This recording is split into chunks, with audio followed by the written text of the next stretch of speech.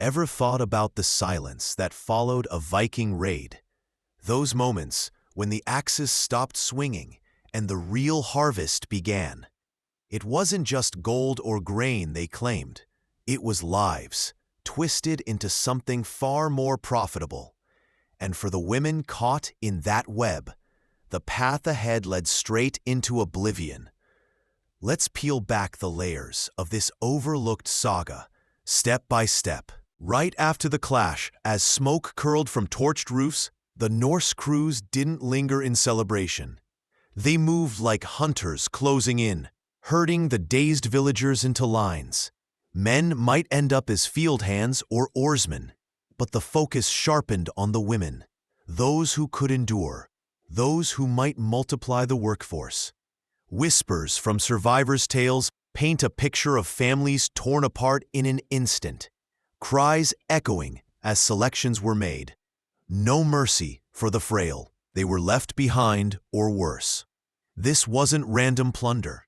It was the start of a chain that stretched across seas, turning despair into dirhams. And as the groups formed, the air grew heavy with the weight of what came next. Once gathered, the inspections kicked in with a cold efficiency that rivaled any merchant's tally.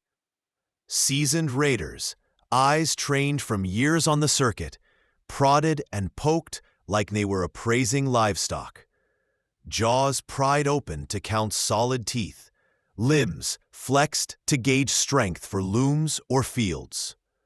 Features that caught the light, fair hair, sturdy builds, hyped the stakes, promising higher returns in distant bazaars. Mothers clutching little ones stood out even more, their potential pitched as a bonus for buyers seeking long-term gains. Notes scratched on bark or hide stripped away names, replacing them with marks for age or origin. The process stripped more than dignity. It erased stories, leaving only assets in its wake. But this was just the setup. The true grind awaited on the trails ahead. Chained together, the march to the harbors unfolded like a slow unraveling. Iron links, forged light enough not to scar too deeply, yet firm against any tug, connected necks in a grim procession.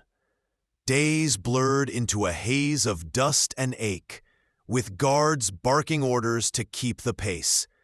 Scraps of stale bread and sips from streams kept bodies moving, but never fueled enough for rebellion. A slip could mean being cut loose to fate's mercy, while any bold word earned marks from heated irons or sharper tools. They shattered bonds on purpose, sisters from brothers, speakers of the same tongue scattered to kill whispers of plot. Rest stops were mere pauses to tighten fetters, not ease the burden. Tales of failed breaks hung like threats, bodies displayed as warnings that silenced the line. Yet even as waves appeared on the horizon, relief was a lie. The ships promised a different kind of cage. Packed below decks, the voyage stretched time into a suffocating blur. Hulls meant for freight, not fragile cargo, crammed bodies against rough timbers, air thick with salt and sickness. Crews rigged hooks to secure the chains, slits cut for just enough breeze to stave off mass loss. Meals doled out favored the resilient, extra for those with promise, mere crumbs for the rest. Tempests hurled them about, bruises blooming from every crash, while fevers picked off the vulnerable. Their forms slipped into the deep without a word. Watchers roamed the holds, stamping out signs of surrender, each one a dent in the hull. Dangled promises kept spirits from breaking entirely. Toe the line, and the landing might offer something bearable. But as foreign coasts rose, the illusion shattered. The markets waited, hungry to assign new chains. Touching down in places like Dublin's teeming quays, the buzz of trade swallowed them whole. Platforms jutted up for the spectacle, where captives were scrubbed and positioned to mask any flaws. Crowds gathered, a mix of local warlords and far-flung dealers scouting for stock bound for Eastern courts. Bids soared for those with hidden skills. A knack for herbs or threads could outshine plain allure. Expectant ones drew extra nods, framed as investments in future labor. Sellers spun yarns of exotic roots or untapped strengths to drive the frenzy. The prized vanished to elite hands, while others fetched bargain prices for rougher ends. From there, roads forked, some to distant farms, others to shadowed halls where the breaking deepened. And in those splits, the last threads of old lives frayed away. In the households of Norse chiefs, the gloss of wealth hid sharper edges. Old ways were forbidden, new rights imposed under watchful eyes that brooked no slip. Names swapped out like worn tools, they became extensions of conquest, clad in finery one moment, stripped bare the next. Demands came without warning, moods shifting from fleeting favor to fierce reprisals. Lapses brought lashes or empty bowls, all while tending to offspring that blurred lines of kin. Isolation wove its own bonds, turning escape into a distant echo. For those from higher blood back home, the fall cut deepest, paraded as trophies. Their humiliation rippled out to crush spirits afar. This wasn't stray spite. It was a deliberate unraveling, ensuring no spark of self remained. Fueling it all was a machine oiled by Viking cunning and code. Rules carved in stone treated thralls as tradable wares. Disputes over them settled with coins like any chattel.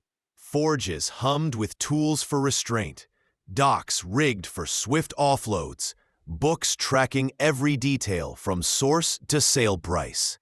Routes snaked across waters, feeding hungers from Baghdad to the Baltic. Estimates whisper that a full quarter of their realm relied on this flow. Raids bankrolled by bodies turned to bounty. Digs uncover the toll, bones ground down by endless grind, scars from unchecked harms. But amid the gears, quiet defiances flickered, secret rights clung to, aid passed in shadows, rare flights that sowed seeds of doubt in the system. These days, fresh unearthed clues keep reshaping the narrative. That 2025 silver stash in England ties directly to captive hauls, hinting at fortunes built on forgotten pains. Shipwrecks off distant shores echo the risky transports, while DNA traces map out the forced merges that scarred generations. Debates rage over whether needs at home, like mates or hands for sales, drove the grabs, or if greed alone steered the ships. Whispers on modern forums challenge the polished legends, peeling back to reveal an empire rooted in exploitation. Bones from Scandinavian sites, analyzed anew, show the abuse etched in every fracture, sparking calls to confront the glossed-over truths. Stepping back, this wasn't mere aftermath. It was the backbone of Viking might, where one raid's end fed the next. From village sweeps to auction blocks, each link eroded more than flesh. It dissolved entire worlds. Now, as we dig through relics and rethink sagas, the question lingers. Do these ghosts still caution us about power's unseen tolls? What buried chapters in our own stories wait to be exposed? Share if this flips your take on those old seafaring tales.